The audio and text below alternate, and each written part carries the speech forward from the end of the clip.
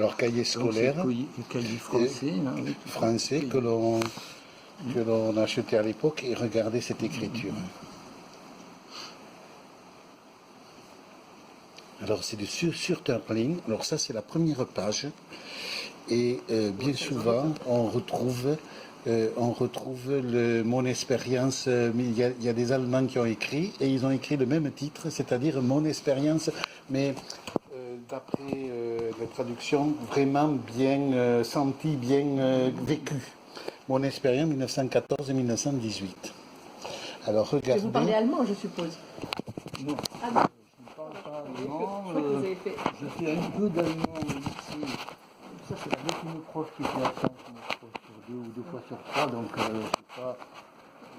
j'ai pas retenu en plus du manuscrit, c'est particulièrement difficile.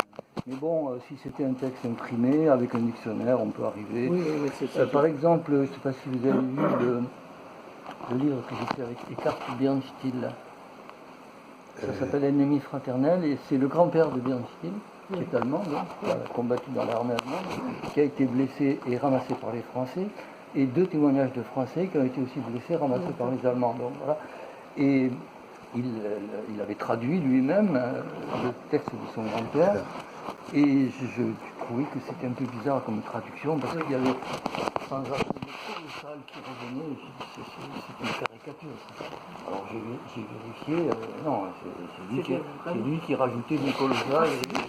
Oh mon Dieu. Un peu parce que les Allemands sont connus pour employer cette expression, peut-être de manière exagérée. Mais oui, mais pas. Et lui, il en mettait partout. Alors, on peut regarder que c'est écrit de là jusque-là. On peut faire des économies peut-être de papier, parce qu'il n'avait pas beaucoup de papier. Possible.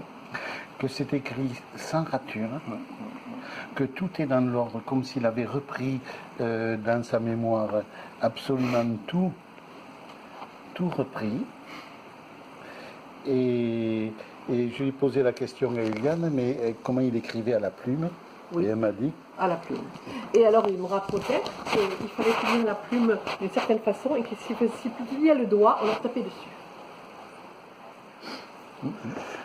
Mais vous pensez qu'il n'y avait pas de note au départ? Non. Alors, j'ai une lettre manuscrite de lui qui dit « Oui, je l'ai écrit pour passer le temps.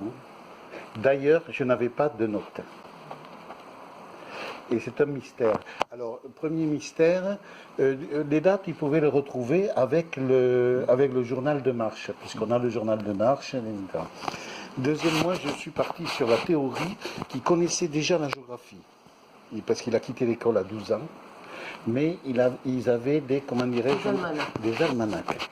Et il connaissait déjà la géographie grâce aux almanachs. D'ailleurs, il dit qu'il en parlait. Alors, je peux les avoir, ces almanachs, pour retrouver.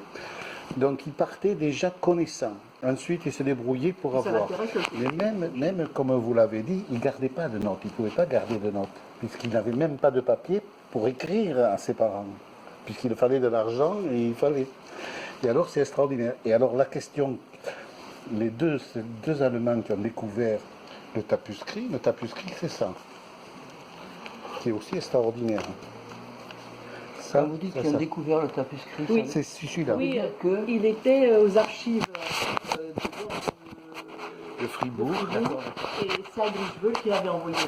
Voilà. C'est un Richebeu qui l'avait envoyé là. C'est ça. Donc, ça, c'est quand même pas Dominique qui a... Ah non.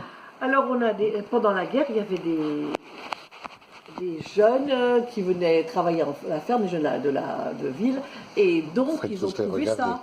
Et le jeune homme, il a fait un doctorat, je ne sais pas, de business, à Columbia, aux États-Unis.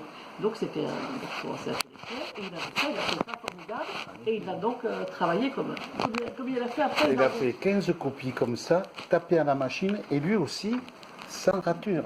Lui aussi sans rature.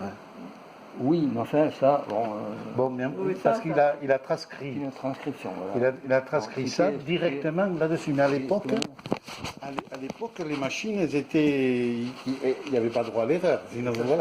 Voilà. Et alors, de ce document, il en a fait 15. Il les a tirés. Donc, c'est Jean-Claude Fafa qui est toujours là. On l'a eu il y a un mois avec nous. Et qui a raconté cette histoire extraordinaire. Parce qu'effectivement, à l'époque, il ne trouvait pas d'éditeur allemand. pour éditer le livre. Et alors, en désespoir de cause, il l'envoie à Heinrich Böll parce qu'il avait lu un livre d'Heinrich Böll, il avait été séduit par ça.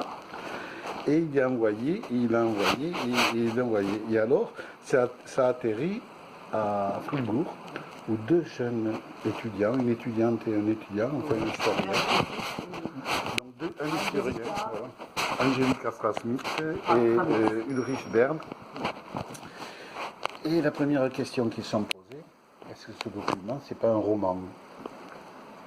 Parce que c'est pas possible qu'il y ait autant de détails et de réalité. Donc ils ont fait une recherche à Berlin et ils ont retrouvé le journal de guerre du régiment.